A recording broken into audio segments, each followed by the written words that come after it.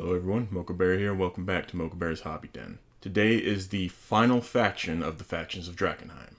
Shall we get started?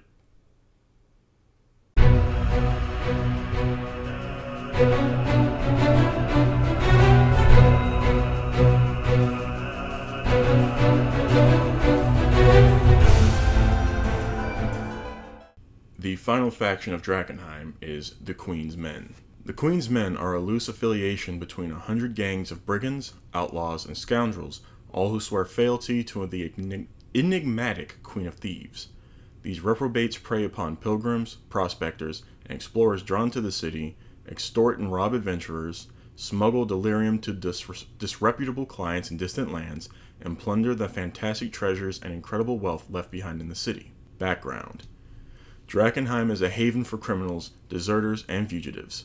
The ever-present dangers of the Dark City make it the perfect place to hide for someone on the wrong side of the law, with nothing left to lose. Opportunities for plunder abound within this new frontier for banditry. Many more ply their trade raiding the supply caravans making their way to Emberwood Village. Sly cutthroats know that simply taking the spoils from a weekend but successful adventuring party at sword point makes for a highly profitable enterprise, and a far less risky one to boot.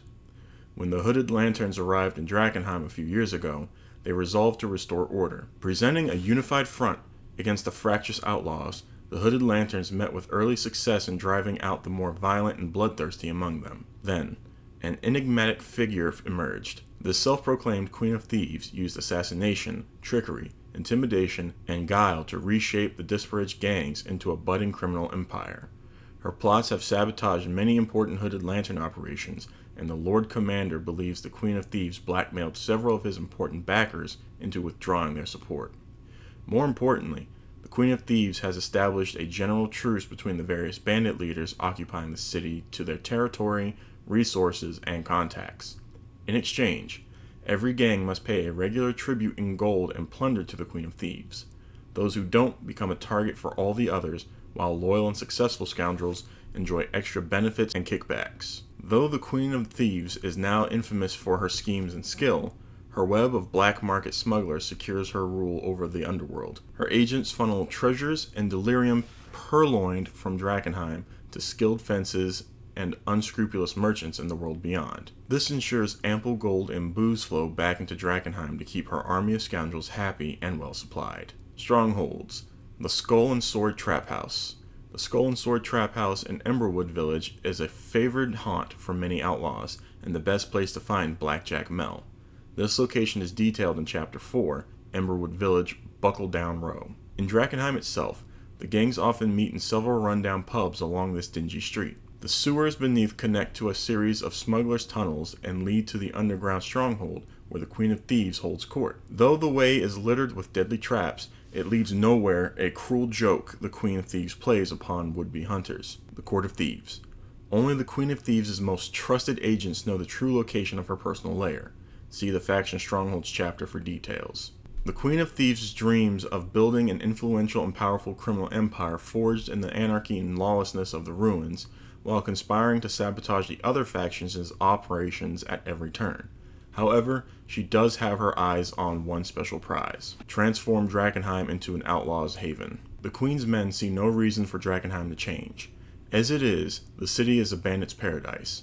They scour the ruins for treasure, delirium, and lost magic items to sell to the highest bidder on the black market. Most outlaws don't have any loftier goals, but the Queen of Thieves wants to expand her criminal empire.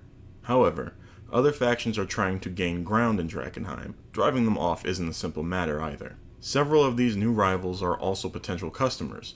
The Amethyst Academy pays top dollar for delirium. The pilgrims flooding into the city to join the followers of the Falling Fire are easy pickings for shakedown and robbery as well.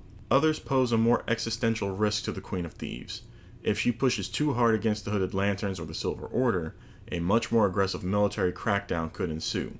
To preserve the delicate balance, Queen of Thieves has resolved to deceive, blackmail, exploit, and outwit the other factions, but not to destroy them. That would be bad for business.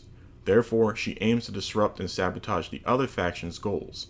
Perhaps she might even install a puppet on the throne of Westmar. Obtain the crown of Westmar. This objective is only known to the most trusted associates of the Queen of Thieves. Most Queen's Men don't know they are working towards this goal. The Crown of Westmar is more than just a symbol of royal authority. It is a powerful artifact in its own right that may grant several wishes to whoever wears it. There is no greater prize to the Queen of Thieves, and she wants to steal the crown so she may use this power for herself. While the Queen of Thieves has personal desires for this power, the crown is also an effective trump card in securing control of Drakkenheim. Having the ability to make wishes is a massive deterrent for anyone who would move against her, cementing her power over the ruined city. All reliable signs indicate the crown is lost in Castle of Draken, but that's not the only complication. In order to attune to the Crown of Westmar to use its power, one must also possess all 6 seals of Drakkenheim. And we've got key figures. We've got the Queen of Thieves, Blackjack Mel's mentioned. So here's more information on her. So I'm guessing that is the Queen of Thieves in the background, and that's Blackjack Mel there in the front. Outlaws and Scoundrels. Again, like I said in all my other videos, I'll do a more in-depth video on these individuals in a separate video. Wow, Catacomb Cobras, interesting. We've got their missions. And here we go, Boons. The Queen of Thieves provides many favors to those who serve her well. Who says crime doesn't pay? The Queen of Thieves makes sure her agents are well paid. She rewards characters with 100 gold pieces each for successful missions to the outer city, 250 gold pieces for each mission for inner city, and 1,000 gold each for a mission to Castle Draken or faction strongholds. Poisons. Trusted associates of the Queen of Thieves can procure any poisons described in the core rules from her quartermasters. The Queen of Thieves will give characters an allowance of up to 500 gold pieces to procure these poisons before any mission. Purloined equipment. If the player characters need a mundane item for a mission, the Queen of Thieves can use her web of connections to obtain it for them. This may be any mundane item in the core rules. How valuable the item can be depends on how long the characters are willing to wait to get it. 100 gold pieces per day spent seeking it out, up to a maximum of 3 weeks or 2,100 gold. Potions and scrolls. The Queen of Thieves can provide the party with 1d4 spell scrolls from the Enchantment and Illusion School of Magic, and potions that aid stealth or trickery, such as Potion of Invisibility or Potion of Gaseous Form. Determine these randomly from items up to very rare quality, or choose items appropriate for the mission at hand. Fences. Access to smugglers and dealers of ill-gotten goods. There's many items stolen from noble houses, guild vaults, or churches that normal dealers simply won't purchase. These merchants have few scruples and can find a buyer for almost anything. Smugglers' passages. The Queen's men have maps of the smugglers' passages and sewers. Characters can use these maps to move through the city's sewers at twice the normal speed and make checks for random encounters while doing so with advantage. Stolen magic items. As a reward for completing an important mission, the Queen of Thieves bestows the party with a magic item she has stolen. The game masters can choose this item or determine it randomly. The item can be consumable or permanent. This will be a common item for an outer city mission, an uncommon item for the inner city or faction stronghold, or a rare item for a successful mission to Castle Draken, the Cathedral, or the Inscrutable Tower. As long as the items are randomly determined, there's no limit to how many times she might grant this boon. Cloak and dagger training. The Queen of Thieves allows the characters access to her training rooms. Her trusted associates, Lie and Deceit, can spend time showing the players new skills and combat techniques. Each character can gain one of the following for their choice. Ability score improvement. You can increase one ability score by 2 or increase 2 ability scores by 1. Abilities can't increase above 20. The ability score can be increased above 20 up to a maximum of 30. Whoa, okay. New feat. The character gains a new feat of their choice, subject to GM approval. Then you get Bandit Backup. If the player characters have a reasonable need for reinforcements during a mission, Queen of Thieves can dispatch one of her gangs to help them out. The gang sends 1d6 bandits and a bandit captain to help out. They demand an equal share of any loot the characters find on the mission, and a share of any payment. If all bandits are killed on the mission, the player characters will not receive this boon again. If circumstances with other factions escalate into open conflict, Queen of Thieves might dispatch 1d4 of her assassins, mages, or gladiators to join the characters. Informants. The Queen of Thieves has a wealth of spies and informants. The player characters can ask her to spy on or investigate a location, character, or event. She can provide a clue or details on the location. Her information is reliable, but not always complete. However, Queen of Thieves always uses her discretion and judgment in giving out this information, and she's cautious to reveal anything that could be used against her or be used to predict her own plans. She knows the value of revealing information at the right moment, so she's careful about sharing information she might use as blackmail later. She never reveals the location of the Seals of Drakkenheim, even if she's sending the characters to claim one. She doesn't reveal that the item in question is a Seal of Drakkenheim. She does not tell anyone about the powers of the Crown of Westmar, what she plans to do with it, or any personal information about herself. If asked, she laughs. Queen of Thieves knows the ideals, bonds, and flaws of almost any non-player character. She can explain the background, objectives, and goals of the other factions and the complications they face. She can provide a clue about an alternative entrance to a location, or details about the monsters who might dwell there, or the treasures hidden within. She knows what happened to the royal family, but never discloses this information to the player characters. Furthermore, she isn't privy to the inner working of the Amethyst Academy. She doesn't know what's in the crater or where delirium came from, or if there is any truth to Lucretia Matthias' claims. You've got strike teams information, you've got schemes. Shakedown. The Queen of Thieves sends one of her gangs to go beat the party up after a mission in the ruins. She doesn't have them killed, but she steals their equipment and valuables. Blackmail. Queen of Thieves uses her agents and magic to discover a terrible secret about one of the player characters, or some crime or trespass they committed in the ruins. She threatens to reveal the secret if the characters don't work for her. Bribery. Using the intel she has gathered, the Queen of Thieves caters to the goals of the party and offers to pay them an exorbitant sum of money, as you see fit, to buy the characters' loyalty, or at least their services. Eyes and ears. Spies tail the party and gather information on their next move and plans, along with any factions they associate with for the next 1d4 days. If undiscovered, they relay the information to the Queen of Thieves for her use to her advantage. Backstabbing. Queen of Thieves expects the player characters will betray her. She is never surprised when this happens, and should always have a plan in mind for if the player characters decide to double-cross her. Puppet Master.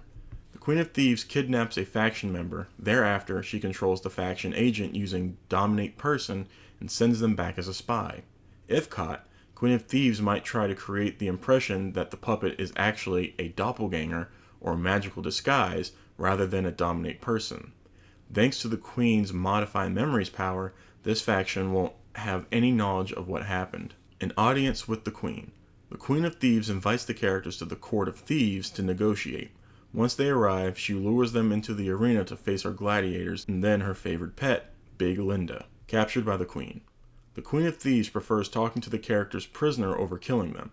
If captured, she'll interrogate them using suggestion and detect thought spells to learn their secrets and gain leverage over them so she can force them to do her bidding. Imposter Syndrome. The Queen of Thieves sends doppelgangers disguised as the party to Emberwood Village, where they cause a commotion and set fire to a building.